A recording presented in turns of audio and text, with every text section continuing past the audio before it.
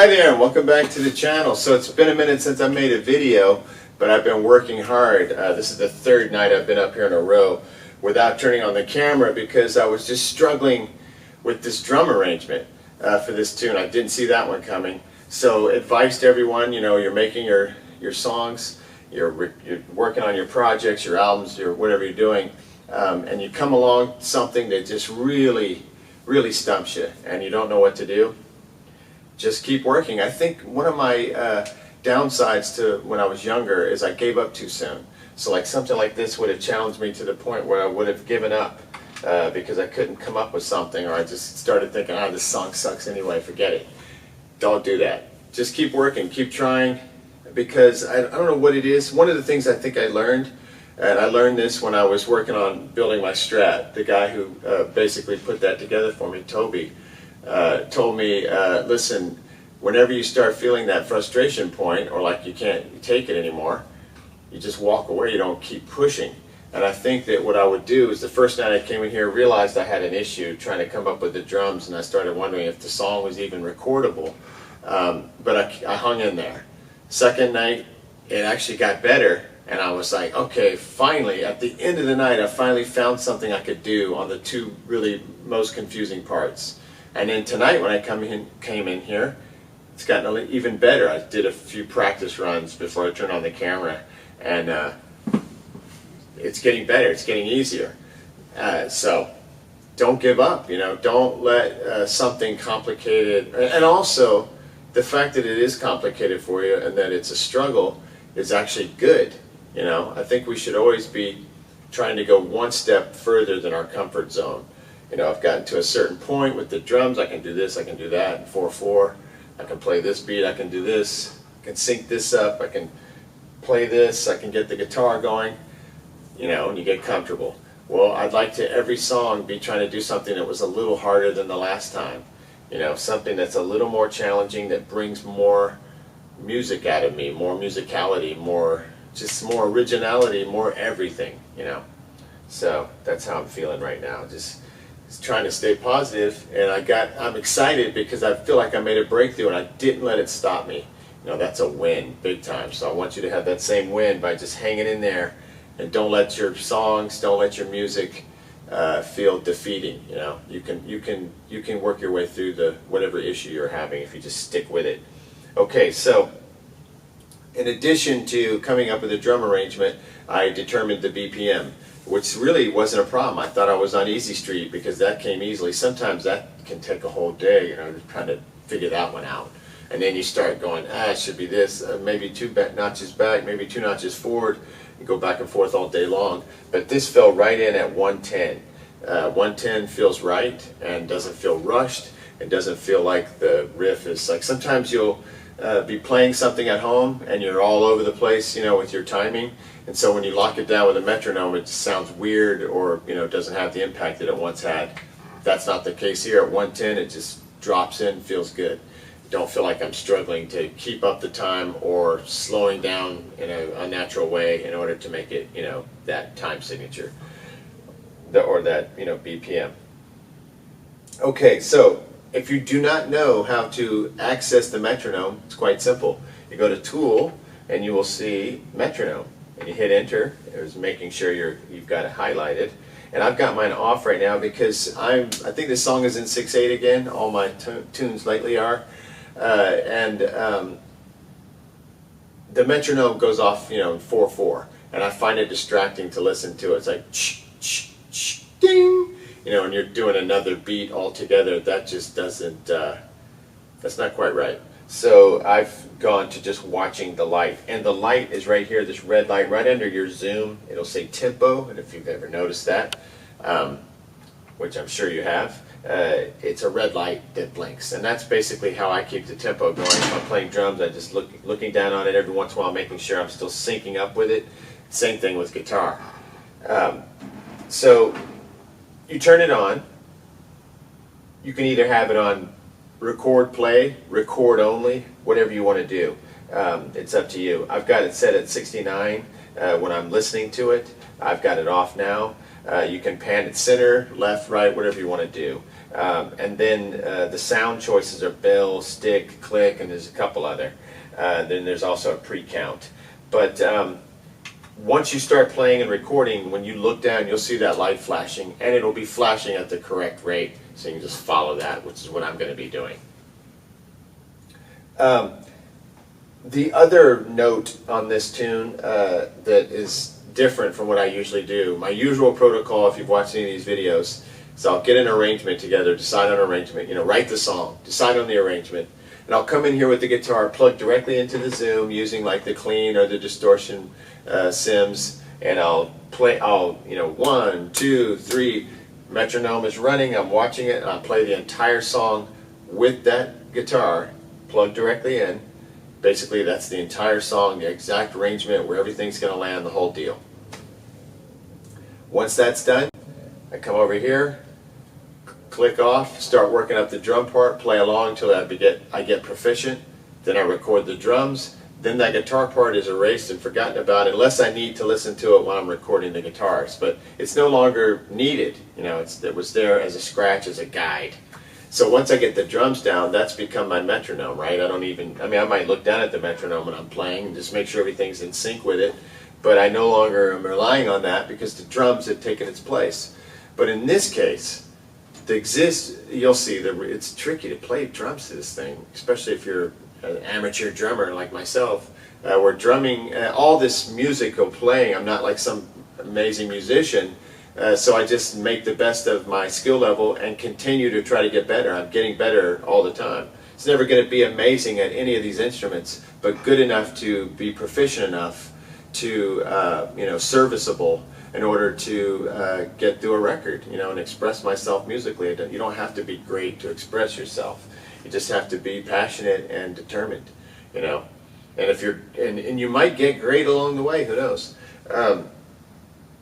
So it's been really tricky to figure out what to do, but I think that unlike what I usually do, I'm going to track guitar first. So I'll pull the 4x12 Marshall 18 watt out, get my Limba Stratocaster, and really lay down that part it's the one time only, and then play drums to that, which is the opposite of what I usually do. But with this song, there's so much space in it, it seems to be okay to play drums to it after the guitar is tracked. And I don't think I really have a choice, because I think that if I lay the guitar down, then play drums to that, it's going to be really tricky to go back and play the guitar exactly the way I did before with those free time bends. Because you don't know exactly how long you let the bend in. And so then it's going to become, it may be quite easy. I could be completely wrong about this. I could be agonizing about it for nothing.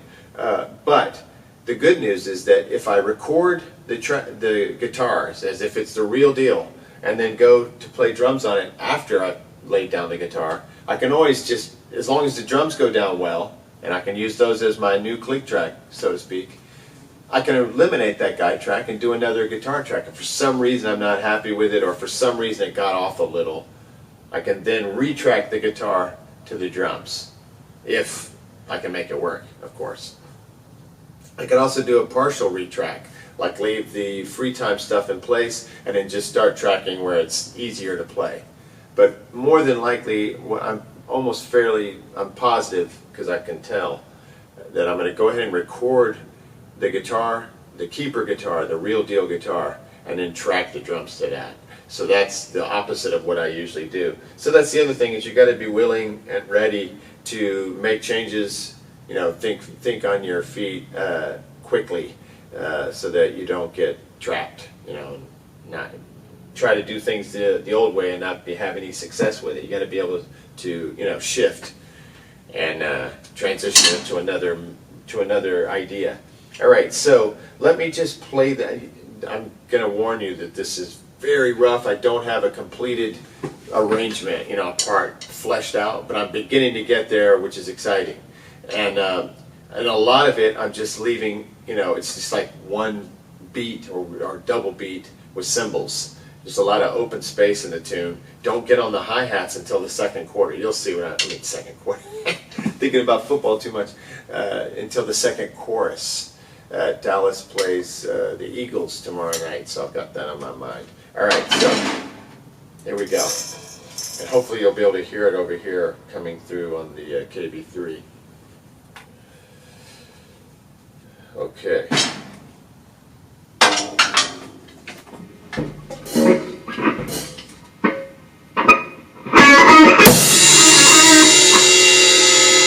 Sorry, I hit the hi-hat instead of the cymbal. I'm so nervous about the stupid thing. And I don't have a count off, so I'm just looking down. When it gets to about 4 is when that riff starts. So it's like da da da da da da da da da da.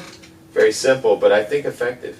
And I won't have to worry about the syncing the two instruments up so much, the drums and the guitar.